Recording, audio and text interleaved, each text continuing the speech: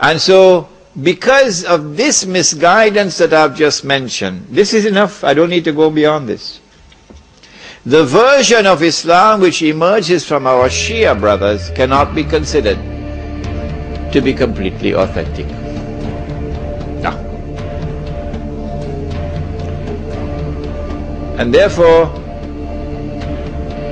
it can now be understood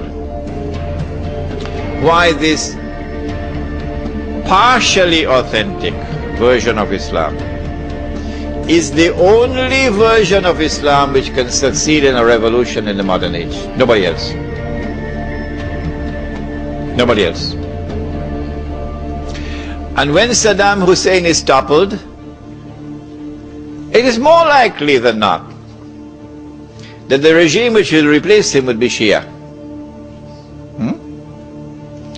What this would do would be to lend credibility to the Shia claim to validity, that this is the authentic Islam, because this is the only Islam which is succeeding in the modern world. Israel wouldn't want to destroy that. And so the Iranian oil is not likely to be touched. Wait, and we will see.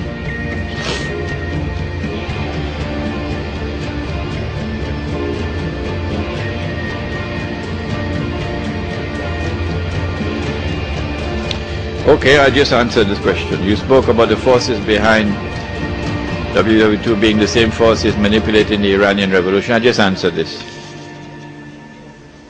Why will Iran not be attacked? I just answered this.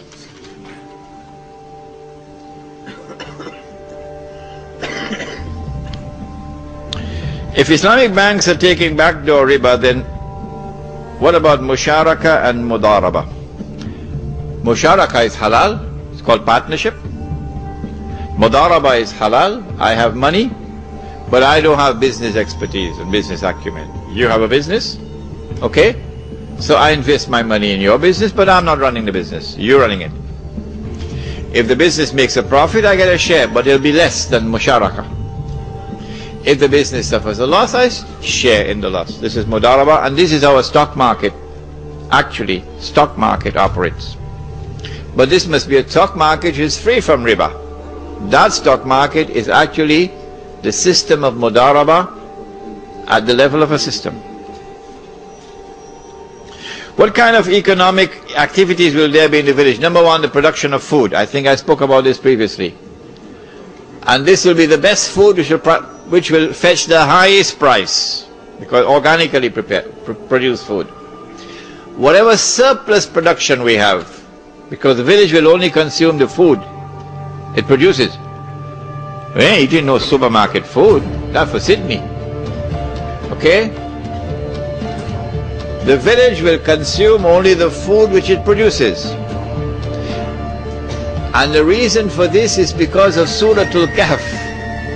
The Suratul Kahf, where the young men were woken up after 300 years, and naturally you'll feel hungry after 300 years, and they sent one of their young men to buy some food, and they said, فَلْيَنْظُرْ أَيُّهَا أَذْكَى تَعَامٍ. So go search for that food which is purest, indicating that food in the age of Dajjal is going to be corrupted. That's it today. So surplus production of food will be marketed. We get an income from that. Secondly, the village must have industry. In Indonesia, for example, we'd want to concentrate on batik, because the Indonesians have a natural talent for artistry. Batik. Where industry needs energy, where are we going to get the energy from?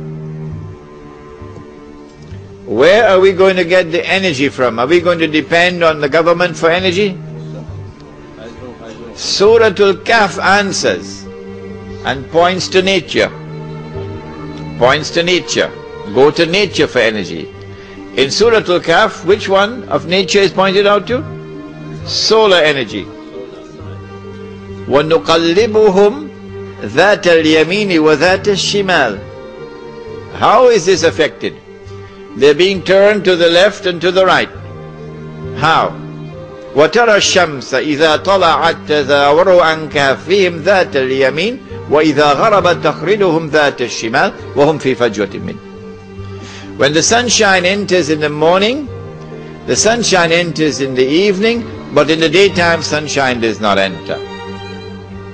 And the bodies are rolling to the left and the right. Obviously this is attraction to sunlight. What is this called in science? Attraction to sunlight. Photo? Not photosynthesis. You got to go back to your physics book. Phototropism. And now the sunshine is transformed into energy. What is this called? Photosynthesis. And so Surah Al-Kahf is pointing to nature as a source of energy. In this case, solar energy.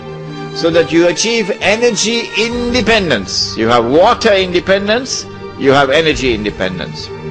We will want to have industries in the village, because we do not want a village in which all our men folk in the morning they go to work to Sydney, and in the evening they're coming back home.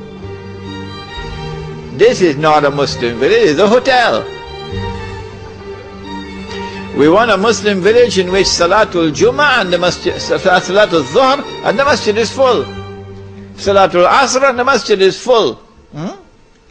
So for that we've got to provide means of livelihood, sustenance within the village. So the village will have its own economy, and there will be those present here tonight who will be able to do a better job than I can in working out that economy.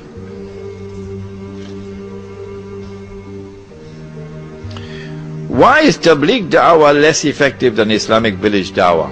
No. I don't know what is Tabligh Dawah. I know what is Tabligh, it is to reach out. I know what is Dawah, it's to call. I don't know what is Tabligh Dawah. Good. I was talking about those who build a 5-star masjid. Oh yes, 5-star. And calling the people to the masjid. And the masjid is full. But they don't know they've built the masjid on a ship that is sinking. And the ship is sinking and they don't know it. And when the ship sinks, they will sink with it. And they're calling people to Islam while the ship is sinking. Real da'wah must emerge from a people who understand the world, using Islam to understand the world, and using Islam to respond to the world. That is da'wah, and I gave you the example of how the Muslim village would impact upon the black masses.